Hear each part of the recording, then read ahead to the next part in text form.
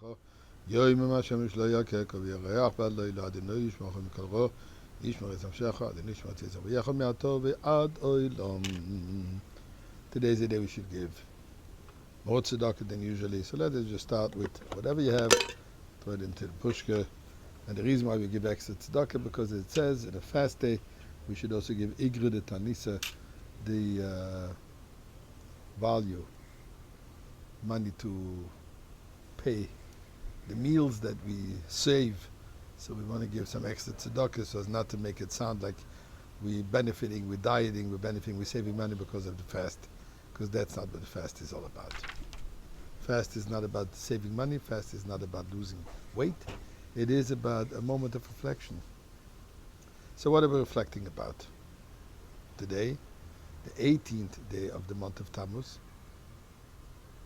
The fast normally would have been yesterday, but since it was Shabbos, it was postponed because Shabbos overrides sadness. Shabbos overrides fasting. So we have today which is called a nitcha. We obviously pray to Hashem, it shouldn't be just nitcha postponed, it should be completely cancelled. But let's first see a little bit what's the story of Shivasa B'Tammuz. It's the beginning of the 3 weeks, the 3 weeks of mourning. It is all kind of halachas. We minimize in celebrations and so on. So it starts with the 17th day of the Tammuz and it concludes with the 9th day of Tisha B'Av. And the 3 weeks in between, those 21 days including, is, I like to call it the Chol HaMoed, Shivasa B'Tammuz, Chol HaMoed Tisha B'Av. But what happened on these days? Unfortunately, throughout Jewish history, a number of calamities have happened, starting all the way back to the desert, when the Jews were in the desert. That was the day where the Jews did the golden calf.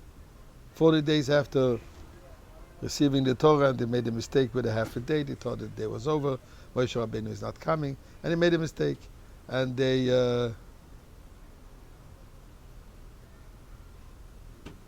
made the golden calf. So that's the first thing.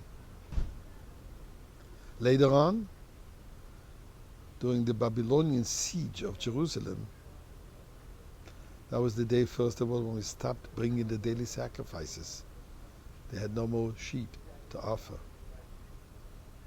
Apostamus burned the Torah on that day.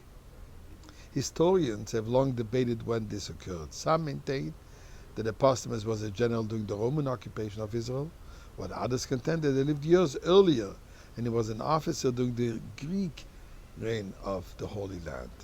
But whatever period it was on that day. Also on that day, an idol, Rahman al-Islam, was placed inside the Beis HaMikdash. Now this event is also shrouded with controversy. Some say that this was also done by Apostamus, while others say no, that this was actually done by the Jewish king Menashe, unfortunately. Later on, the walls of Jerusalem were breached by the Romans after a lengthy siege. And as we know, 3 weeks later, after a valiant struggle that the Jews put up, the Romans destroyed the second Holy Temple on the 9th of Tisha B'Av, 9th of Av.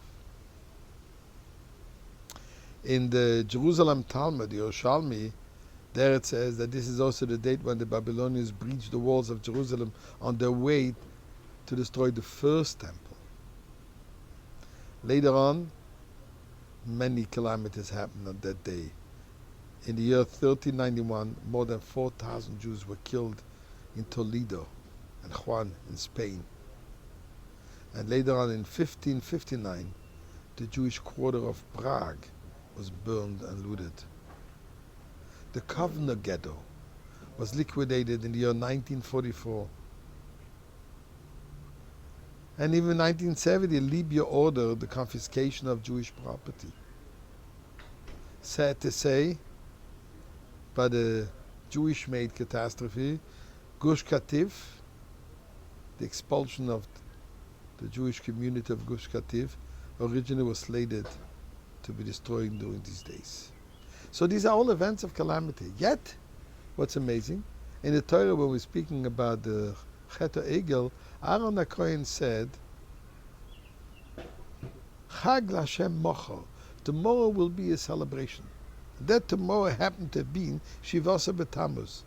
Now, what kind of celebration is this? How is Aaron HaKohen saying that this day is a day of celebration? But really, Aaron HaKohen was looking for future. As it says that this day will be transformed to a day of Simcha. Yahavchi Yom Eile LeYomim Tovim. These days of fast will become the greatest of Yomim Tovim.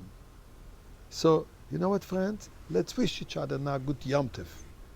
And hopefully, with our firm commitment, our firm belief, it will be the Yom Tov, not next year, but today still. And instead of continuing to fast, we will start feasting.